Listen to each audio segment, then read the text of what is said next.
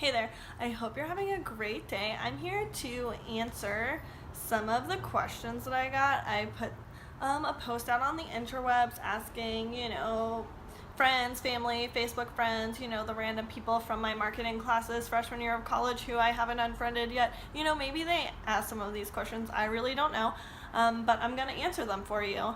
I haven't really given too much thought about it. I've seen all the questions, but I haven't formulated my responses yet. So you're gonna get live in the moment, top of the head thoughts and feels on these questions. So I'm gonna get into it.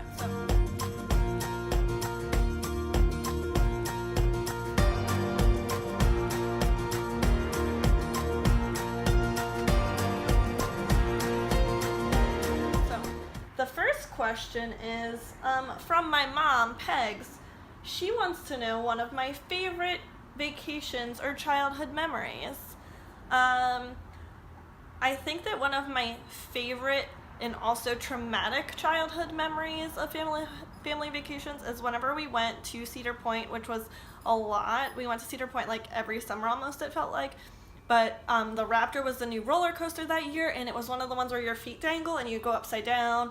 And we were so excited. We were with our family friends who we always went on vacation with. And so it was the first year that it was open. So the line was so long. So we're waiting for an hour at least outside before we even get to the turnstile part where we have to wait. And then we come up to the line, and I was too short to ride. I cried so much. It was just very traumatic, but I still feel cool because I cried because I couldn't get on the ride, not because it was too scary for me. I later went on to love the ride, and the Raptor is one of my favorites at Cedar Point, so I would say that that's probably my favorite vacation childhood memory, Pegs. Thanks for asking.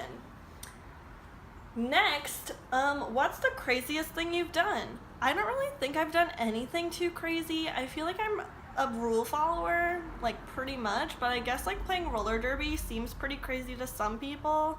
Now looking back, maybe it was a little crazy, but at the time it was fun. Now I'm too lazy to do that, but I guess that was kind of crazy.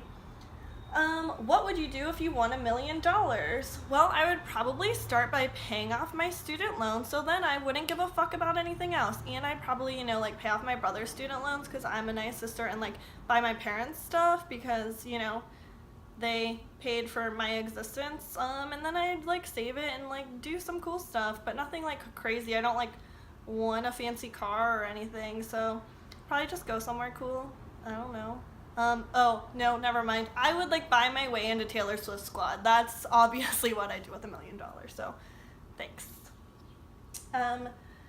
Do you consider sleeping with socks on idiotic or delightfully toasty? I would say idiotic. I hate having socks on all the time, especially when sleeping.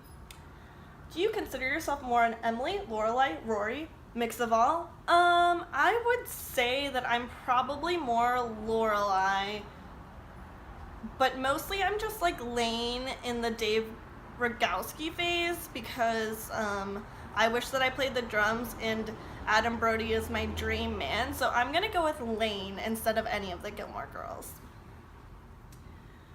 Which Spice Girl do you identify on a spiritual level? Well, I'm gonna go back into the day here with this one and say that I would consider myself a baby and sporty combo. Whenever I was younger, I was a lot more of a tomboy, and I loved Baby Spice's pigtails and baby blue color scheme, so I'm gonna go with sporty and Baby Spice. What was your most awkward sexual experience? Sorry, Mom and Dad, you might want to turn off now if you're watching this, but I'm gonna say the most awkward situation ever was after the semi-formal at WXJM the first year that I was a member, and I didn't really know anyone, and I was hitting on this super hipster dude because it was 2008 and it was before hipsters were mainstream, duh. And I went back to this dude's place, and fun fact, I lost my phone that night, so I'm stranded, and this dude wanted me to give him head and I wouldn't, so then he slept on the couch, and then the next morning I had to go creep out into the living room, steal his phone, call my brother because his was the only number that I knew by heart, and then get him to call my friend Poot so that I could go over to her apartment. She lived in the same apartment complex. So that was quite the adventurous night, and then I had to get a new phone, and then we went to like IHOP, and I was delirious, and it was a great time. How many dudes have you made out with total lifetime?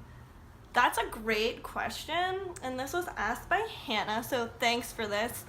I don't think I know at this point, which, my bad. But in college, I was like the one who made out with everyone in my apartment, because everyone else either like had boyfriends or just like wasn't really into that, and I was all about it.